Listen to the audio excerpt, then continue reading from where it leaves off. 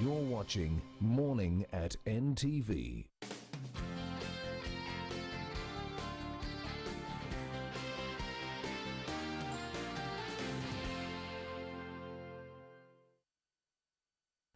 Welcome back to Morning at NTV, and thank you for making us the #1 breakfast show in the country. In an earlier life, our grandparents used to take care of the children of strangers. Yes, they did. Clothe them, feed them, and send them to school. My next guest is a beneficiary of this generosity of the strangers. She and her sister lost her parents at a young age, and it was the generosity of strangers that has seen them through. Gloria Musinguzi is paying this generosity forward by taking care of others through her Smile project, and she joins me now to talk about this. But she's not alone. I also have Brenda Abaziwe, one of the beneficiaries right there. So many thanks for joining me on Morning at NTV. Brenda, thank you for coming. How's Macquarie University? Say, Gloria, you're the director at the Smile project. Yes, I'm one of the directors. One of the directors. So let us know what the Smile project is doing. Yes. Smile project, first of all, in full, stands for supporting minors to improve life. Yes, it's a non-profit organization. Basically, what we do is provide basic education to the needy children and the less privileged and orphaned children. Yes, Smile project started in 2003 with 12 children. Right now, we have 65 children that we are giving sponsorship and that are in school. We started Smile project together with my sister. She's called Gertrude Businje, and she's the executive director of Smile project. Smile project does not only aimed at providing basic education, but we also give these children livelihood skills. Recently, on 2nd, that's 6th, we had a camp at Smile Children's Center. We have a children's center, and we were going through these life skills with these children. We had over 130 children from different areas. Wow. Yes, that came and stayed with us. We partnered with other few parties. One of them is called Hearts to Hearts. It's led by Mrs. Sarah Kasozi Kwagala. Then we also had Love and Nurture a Child, which is led by a very passionate lady about children. She's been working with children right from church. She's worked in Sunday school with children for over 20 years. Over 20 years. She's called Deborah Musisi. We also had Jogo Consult. This is a farming industry led by Kabunda John, who was taking us through modern farming. Yes, and we also have our neighbor who also has a youth initiative. It's called Enoch, and he has a community library. So we worked hand in hand together with all these people. So it's been a concerted effort to help orphans in the country. Yes, please. Yes. So help us understand the economic implications of running an orphanage. What are some of the logistical issues that affect the day-to-day activities of running an orphanage? Of course, what we do requires a lot of funds, and sometimes they're limited funds, and thus limiting the number of people, of the children that we would have reached out to. I understand the Smart project is under the National Development Plan, a program right there. Aren't you getting some help from the central government? We are not yet there. We were trying to lobby, and we are hoping to get there. Awesome. But someone who is watching this show right there at home would want to understand, why are you doing this? What prompted you in the first place to start this project as the Smile project, to start helping orphans? Yes, it is quite a pity to see what many of these children have to go through. It's very heartbreaking. The people who know me as a very emotional person when it comes to issues pertaining children. Yes. It's very heartbreaking to see these less privileged children. When you look at them and you also look at your children, it is really heartbreaking. So at Smile Project, we envision a world where children, or the less privileged children, all children, could live a fulfilled and dignified life. Amazing. And I understand we are not only talking about the underprivileged children in Uganda only, but also Yes. the refugees, those who are also being affected by disasters in that regard. You're Yes. also helping those. Yes. And one of the beneficiaries is Brenda. I name Bawazi right here. Aibaziwe. Yes. Brenda Yes. Aibaziwe is one of the beneficiaries of this SMILE project. She was taken in at the age of 15. She's right now at Macquarie University. She's going to be letting us in on how she got there. How did you get to the SMILE project? What prompted you to get there? Help us understand the brief background of Brenda Aibaziwe. My name is Aibaziwe Brenda. I'm at MOBS pursuing a bachelor's in business administration. I'm specializing in financial management. My mother died in 2014. Sorry. And she was the sole provider because my dad died in 2007. So after my mother's death, there was only one person who was willing to take us in, me and my other sister, and she was not financially well. She is my maternal aunt. So my uncle, Mr. Nambos Biamkama, knew about SMILE project because he is a good friend of the executive director, Auntie Gertrude. So he discussed with her about me and my sister, and then she decided to take me in. So now you entered the SMILE project. Now let us know how life was when you joined Life Project at the age of 15. Yeah, life was simpler compared to life that I was in before. Life without a How was clear the interaction home. with the other orphans in the orphanage? By Did they then receive you very well? Yeah, they Were you did. quick to integrate? They did, and by then they were not so many as they are now. And I was the eldest child there. Wow, yes. Yeah, so I was their big sis. Though they called me aunt. Yeah, but they are my young sisters and brothers.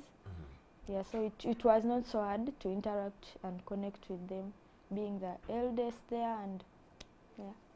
Wow, Brenda right there, very, very brilliant. Now, I'm looking at her, very brilliant, but before that, she had problems that she couldn't provide for her scholastic materials, there was no school fees, so she couldn't study. So help us understand the implications of provision of needs on the overall performance of orphans.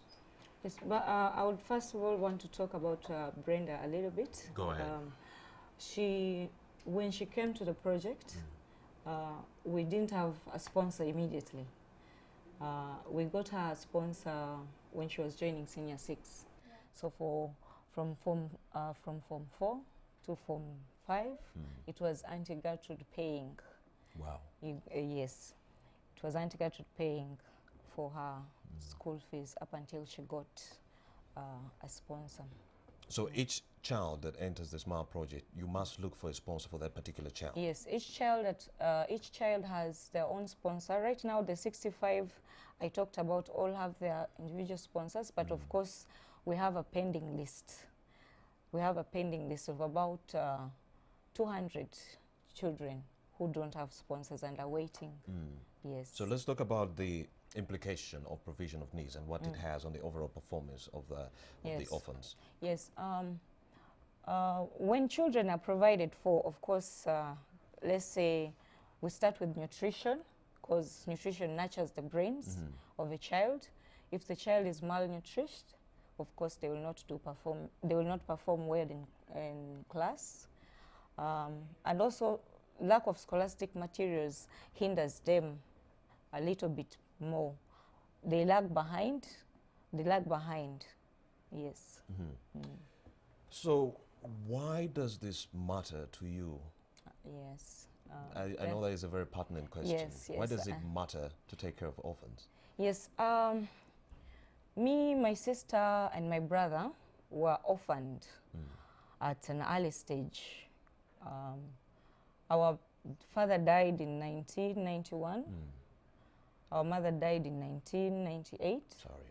So we grew up as a child-headed family. And Gertrude, my sister, the executive director, being the head of the family at a tender age.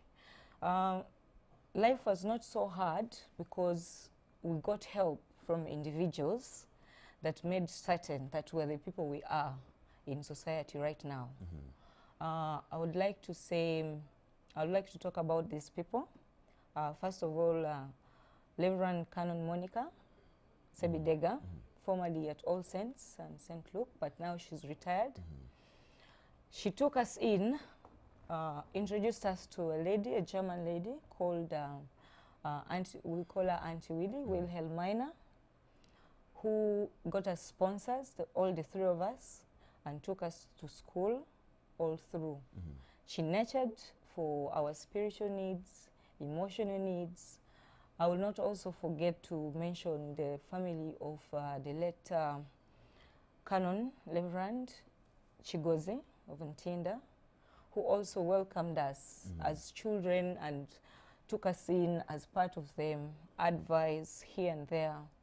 They were always there for us when we needed them. They were there for you when you needed them. Yes. So with all the help that we got from people that were not even our relatives, it was only fair that we give back to society. Since they did the same for you. Since they did the same for us. Well, recently we've seen Ugandans embark on some initiatives to raise money, like fundraising, like a car wash here, and the money would be remitted to an orphanage to help some orphans. But then the number is still low. Why do you think few Ugandans are coming out to help orphans? First of all, it's not very easy for one to commit to taking care of another human being. It comes with a lot of responsibilities that many are not quite ready to take on.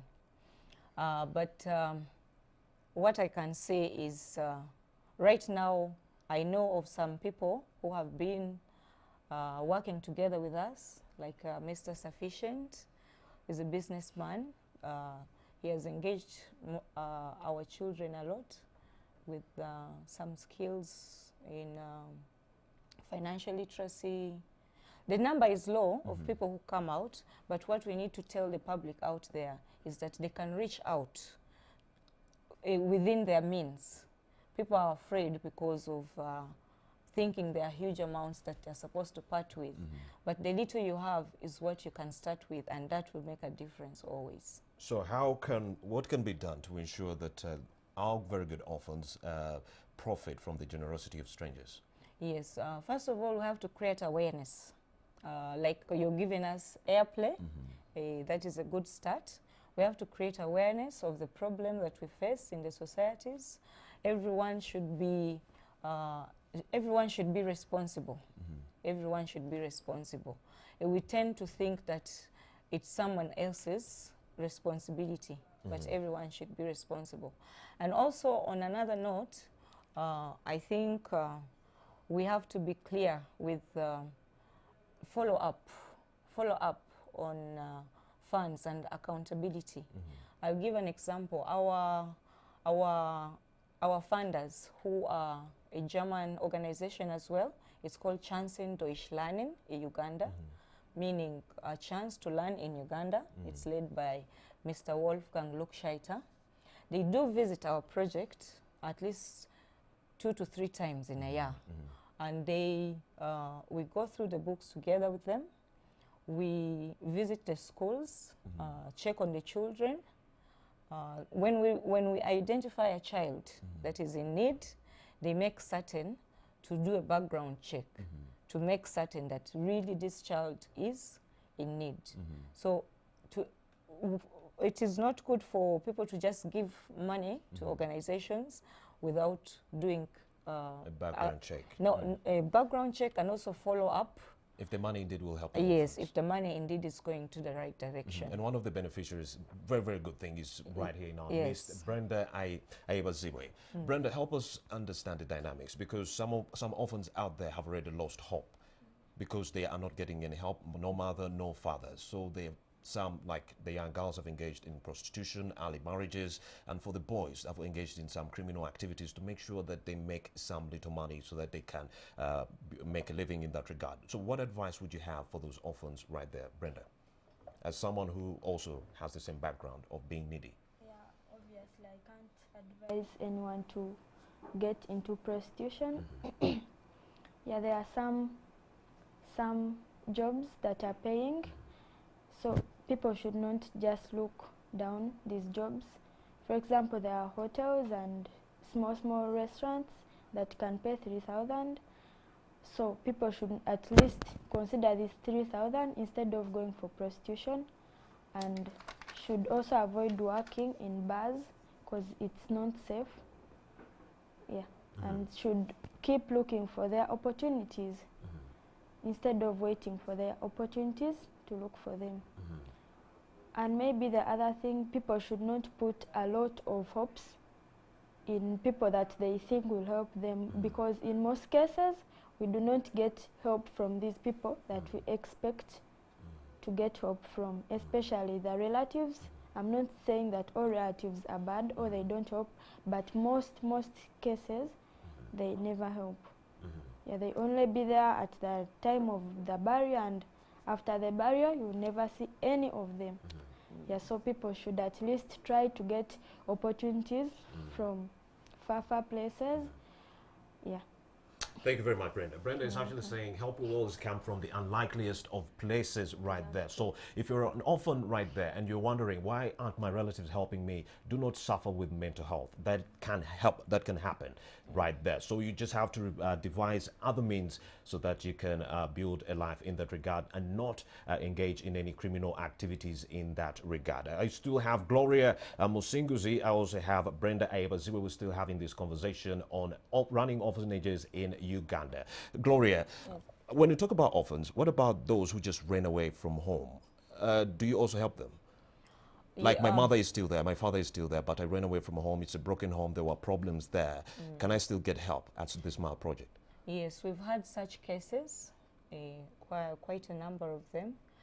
And we establish first and foremost why this child ran away from home. We try to understand that you can't listen to just one side. You have to be very careful to understand the reason as to why this happened. But we've had those cases. Awesome. Oh, you're also running some campaigns in refugee camps. Tell us about that. Right now, we were not doing it right now because we're focusing on these livelihood skills that I wanted to come to. We have them in our organization for the children, but we've also extended them. We've registered it as an organization in our organization to extend these livelihood skills to the youth, because we saw that in our community where our organization is, there are so many youth that are unemployed, and it's not possible right now to recruit them into the formal education system again, but there is something that we can do for them. Skilling. And skilling.